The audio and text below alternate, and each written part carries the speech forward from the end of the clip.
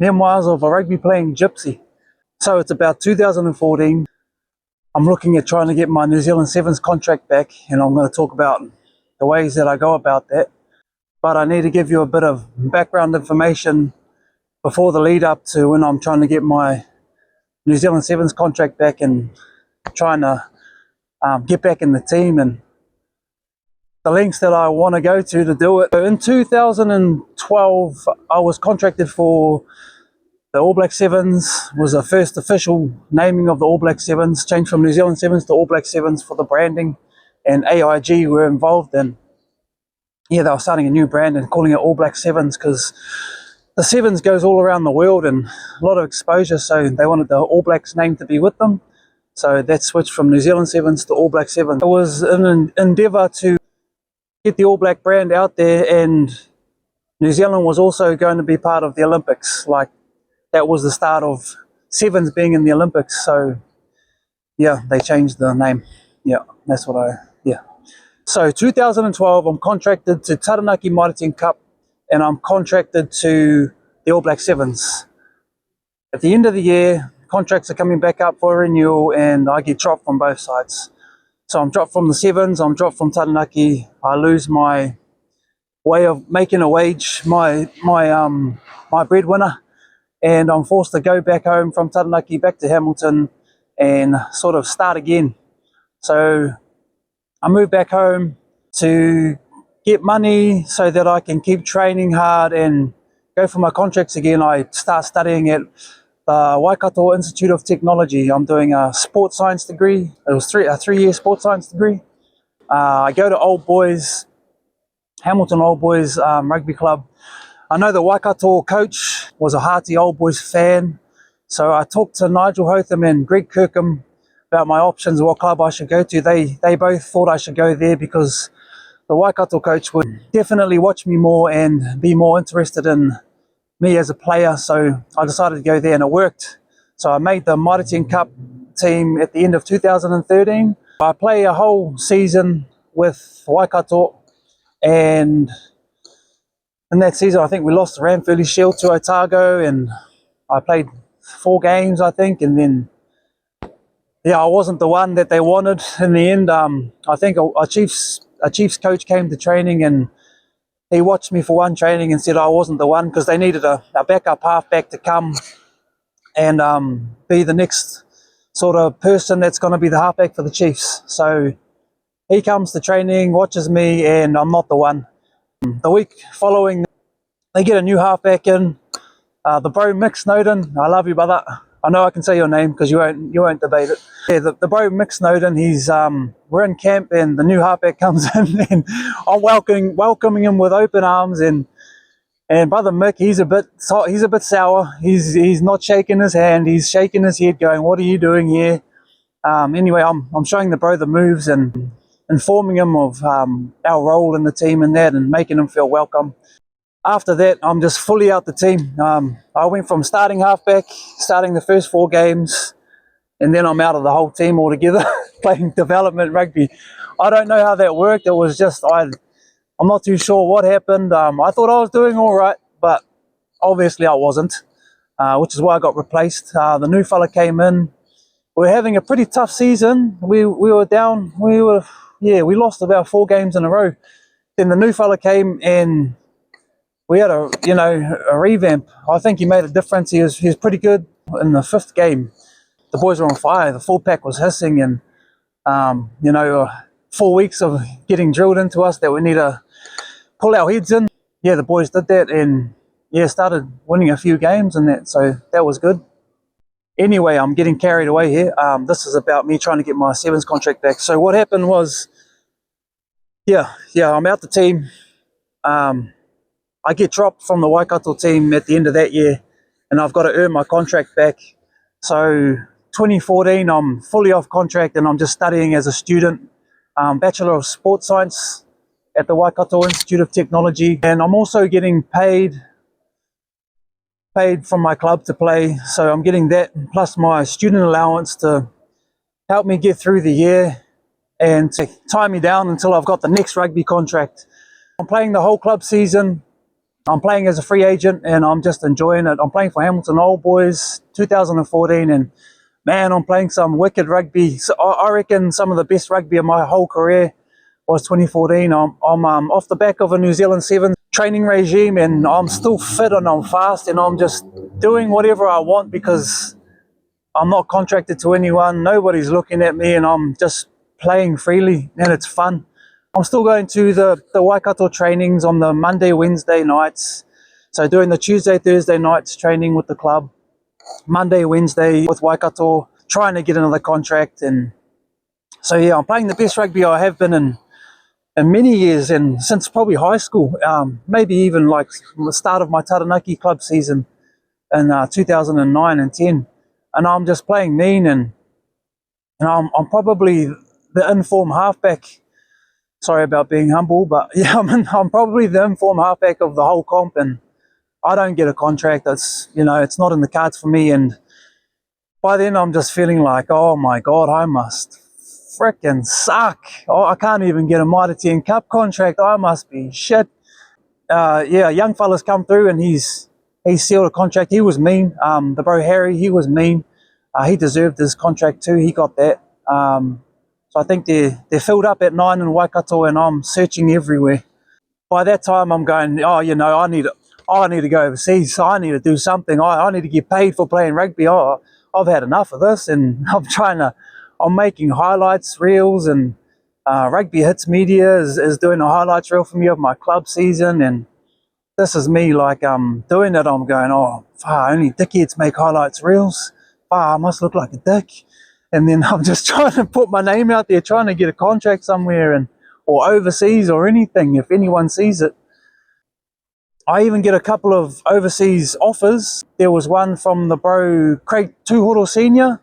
He was involved with sponsoring Hamilton Old Boys, and he had some contacts in England, I think, and he told me, it's a contract there, Caleb. You've got to have a working visa. You'll be working and coaching, and that you won't be getting paid from the club, but they'll look after you. And I just wasn't hearing that. I was just going, not even getting paid, but I'm getting paid here. I was getting paid here to play rugby. Surely I can get paid in England, but it just doesn't work like that. What I really should have been thinking was, go over there, establish myself there, and work up the ranks, and do a few years pro bono work, and try and get up in the ranks there. But when you're young, you're just thinking, oh, New Zealand's the best. I want to play the best rugby, and you're not really thinking too much about the future. You're more caught up in, I want to make this team, I want to be in that team, I want to be super, I want to be Māori All Blacks, I want to be this and that. And so yeah, story's carrying on a bit. I better get to the point. I'm not picked for the Mitre 10 in 2014, and I make a brash decision at the end of the year. I'm like, man, I need to do something. I need to get in a team or something. I need to earn my jersey back for the All Black Sevens. Yep, that's what I'm going to do. So I get on the blower, and I'm thinking, when did I play my best sevens? My best sevens I ever played was playing for Taranaki at the Nationals in 2012, I think. It was the best sevens I've ever played, and I just want that feeling again, and being in a team like that. Yeah, the Queenstown Sevens, that was awesome when it was there. It was run by the pub charity, and it was something else. It was something different. It was mean down there. But the Taranaki team in 2012 was awesome. We had mean players.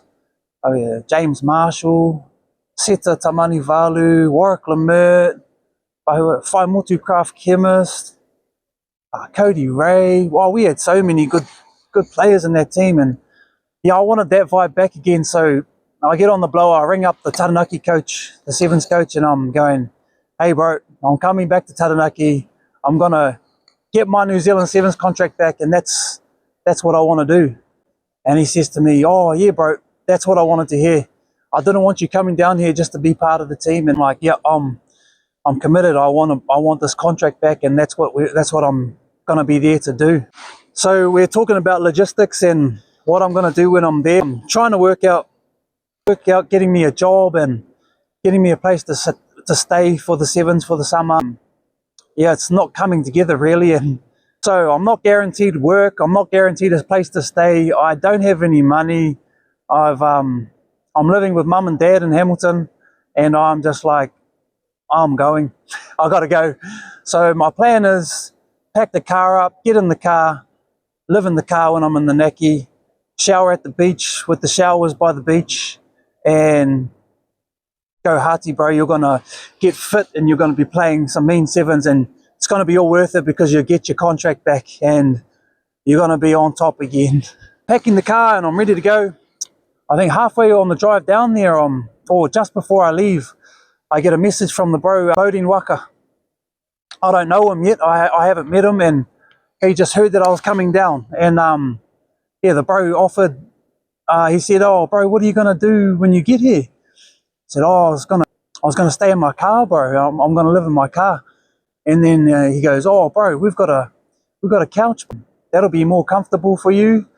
And I said, oh, thank you, bro. That'll be mean. So yeah, I get all my stuff in the car and I just trek down to the Naki. No money. I got a place to stay. I don't have a job. I think I had like $400 in my account or less maybe. And I'm supposed to be there for like 6 or 7 weeks, maybe 8 weeks.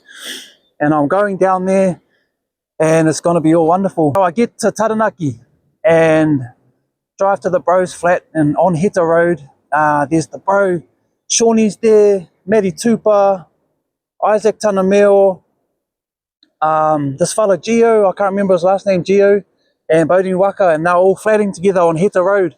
Yeah, I'd rock up there and introduce myself and start living there on the couch.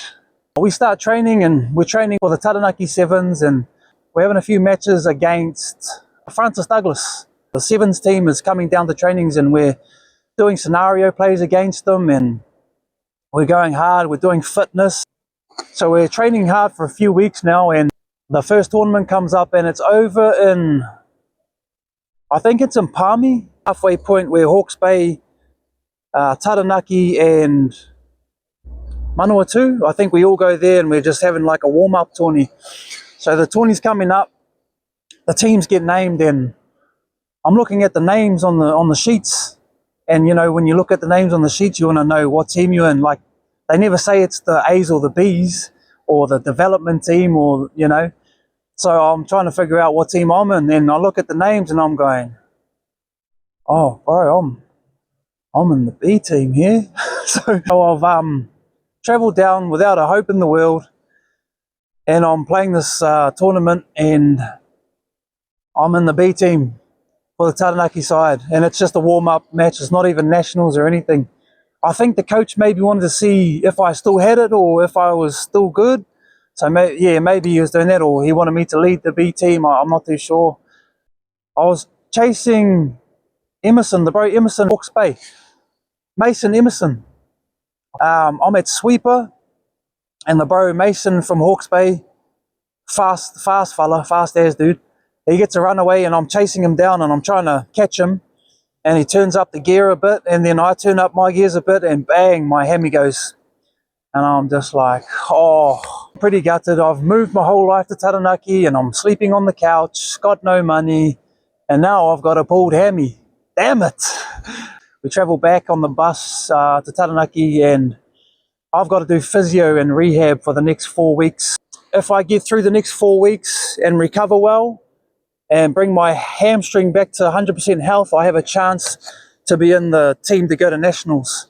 So even though I was in the B team for that tourney, I still got hope that I'm going to be in the A team, and I've got a pulled hammy. I don't know why I still had hope that I was going to be in the team, but I still do. And so I've got to rehab and go to physio and see the bro Andrew Larkin. So I'm going there all the time. I'm training during the day because I don't have a job. I went to some like a manpower type situation where it was like a recruitment agency, and we went out to Teagle Chicken, and like there was like 100 people there trying to get a job, and I went out there with them and tried to do the Teagle Chicken thing. I thought it'd be quite good to chase around the chickens in the day and get a bit of fitness, catch all the chickens for them to slaughter and send them to everyone's supermarkets. But yeah, I didn't get a job, so I'm still waiting for a job. And so I'm just in the daytime, I'm training, going to the gym. I'm not running anymore because of my hamstring, and I'm chilling out with the bro Shawnee because he's not working either, and we're just on the table drawing tamoko all day and telling stories, and having a good old time, and 4 weeks is up, and my hamstring, it's time to test out the hammy fully. And I've been doing a little bit of return to play running with the hamstring and sort of getting up to 75–80%. And then I'm doing that a couple of times per week. So I'm thinking, yeah, this is on. My hammy's going to be all good. The thing about a hammy, when you pull your hammy, you never know how it's going to be until you put on the clappers. So I'm at the training. I think Latu Vaino, he was a schoolboy celebrity pretty much from Rotorua Boys. He came down to Taranaki and he's trying to crack it in the Mitre 10. And he's a weapon. He's on the wing, and I think I was at sweeper again. He breaks and I go to chase him, and bang, hammy goes again. And I am getting dramatic. I'm angry, I'm upset. Oh, I'm just like, oh my God, all of that, 4 weeks, and I came back too early. Damn it. So directly from that training, I think I, like straight away, like without hesitating nothing, I walked off the training, walked into my car, drove back to the flat on Hita Road. I think the bros Shawnee and Maddie were there, and I just said, oh, I'm leaving, bro. So I packed up my car, and the bros are going, hey, what do you mean? Why are you leaving, bro? My hammy's gone again, bro. I've got to go back home. But the dream's over. I can't get my New Zealand Sevens contract back. It's over. So I'm just packing up my stuff and being like upset and dramatic, and I'm ready to go. And the bros are trying to put a bit of humour on it. So Shawnee and Maddie start doing like this a send-off.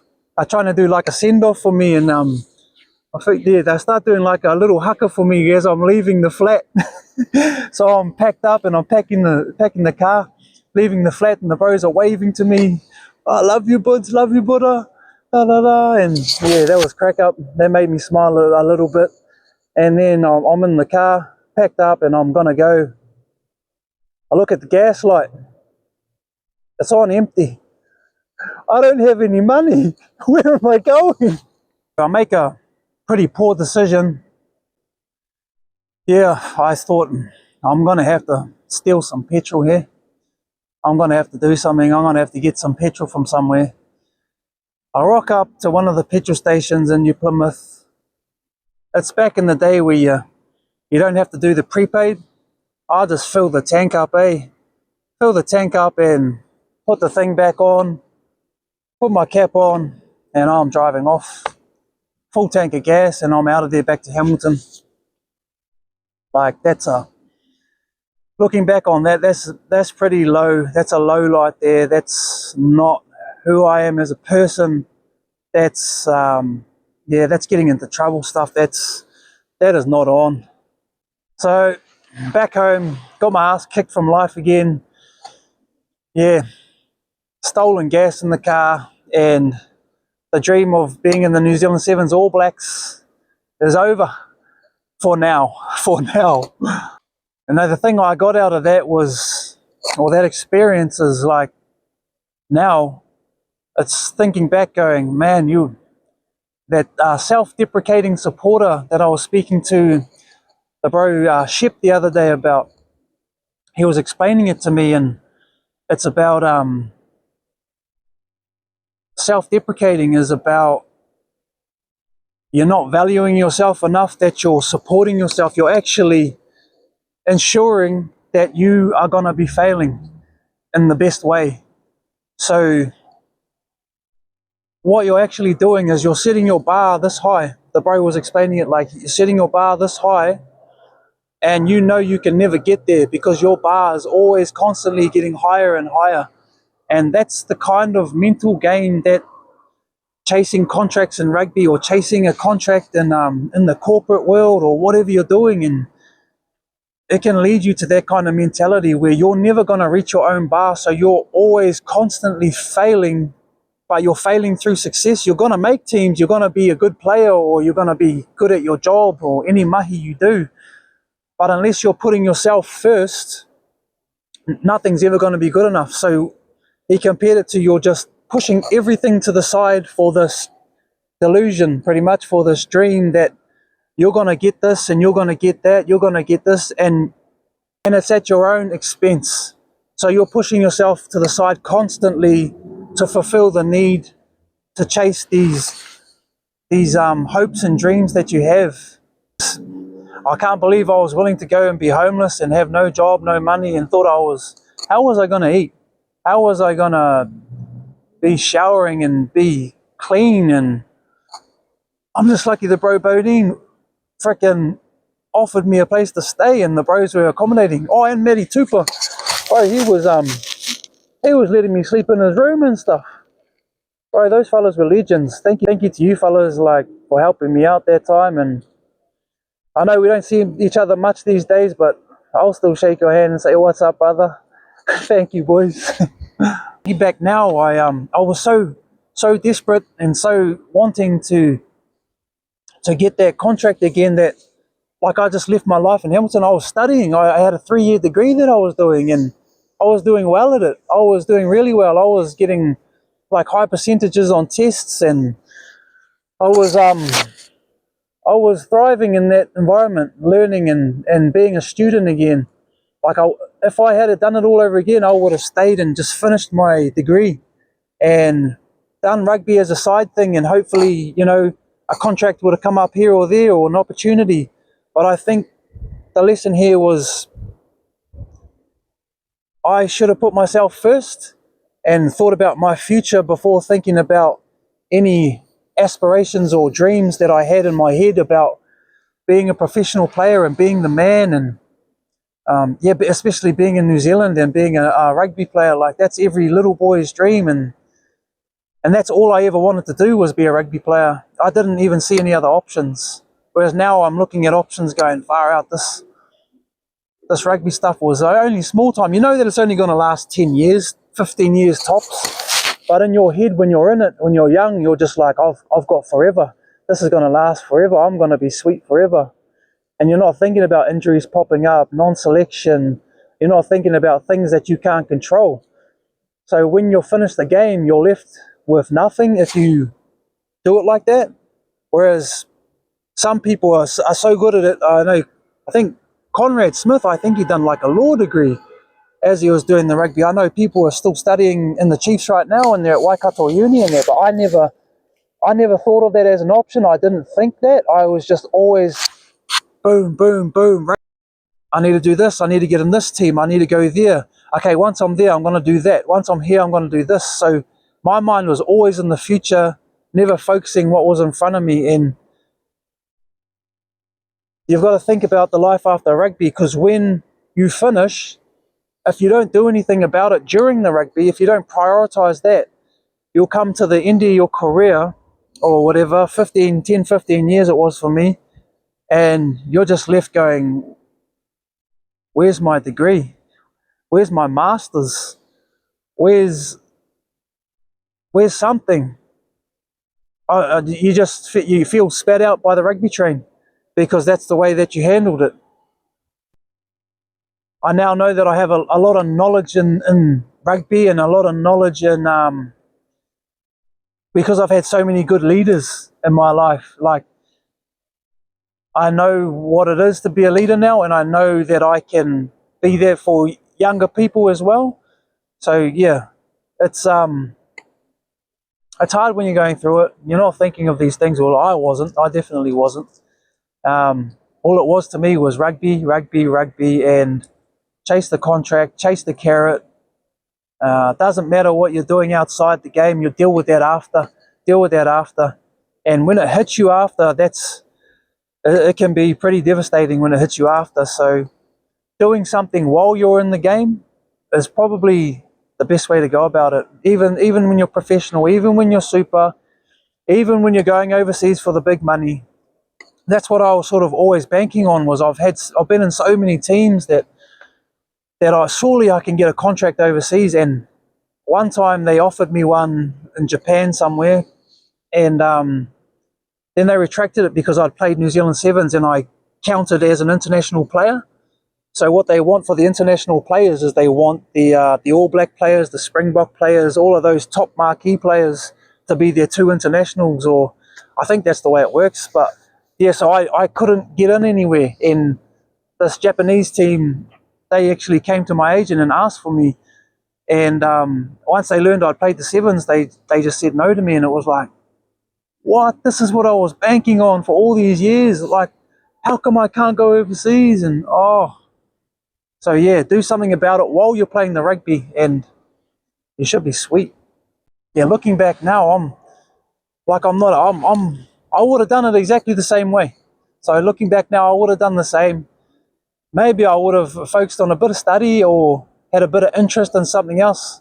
Just at the time, my only interest was rugby, and yeah, I was just caught up in trying to be the man and trying to get the contracts, make the family proud, make your community proud, and trying to go as far as I could with that. Oh, just the last thing with the scenario with the stealing the gas, things like that will come back and bite you in the ass.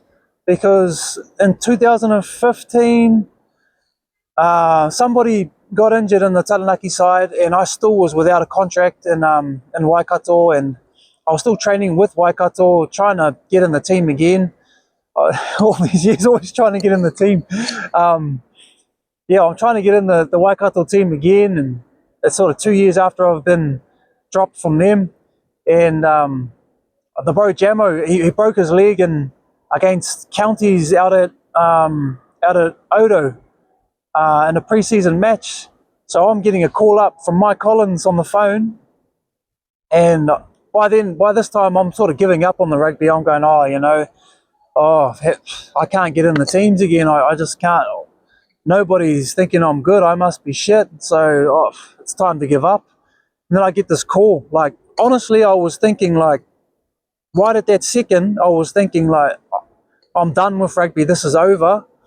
And it was like a Sunday morning, like 7ish in the morning, and I get this call from Mike Collins. It's like you couldn't have scripted it better. I get this call, and I'm like, hello? Hey, buds. Like, hey? Oh, it's Mike here from Taranaki, Mike Collins. Oh, true. How would you like to come down and play for Taranaki? And I'm just like, what? I would love it.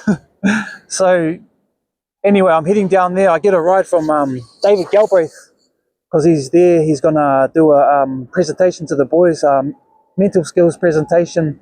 He's traveling from Hamilton, so I meet him at like 5 a.m. at the Countdown in Te Rapa. And get a ride with him down there. We do the presentation. He does the presentation, and then straight away what comes up is the petrol. So I'm just lucky that I think it was the Bees manager, Bruiser.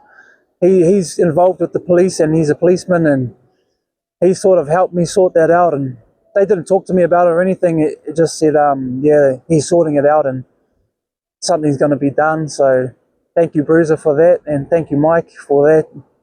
I'm back down on the Naki now, and I'm back to living the dream. So check out this view, Kirikiriroa.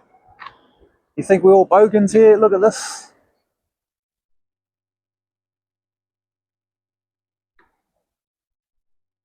Always come up here for a bit of chill out time. Usually ride my bike up here and put the sounds on, headphones, and chill out and just have a bit of a thought. Memoirs of a rugby playing gypsy, I guess. Let's go.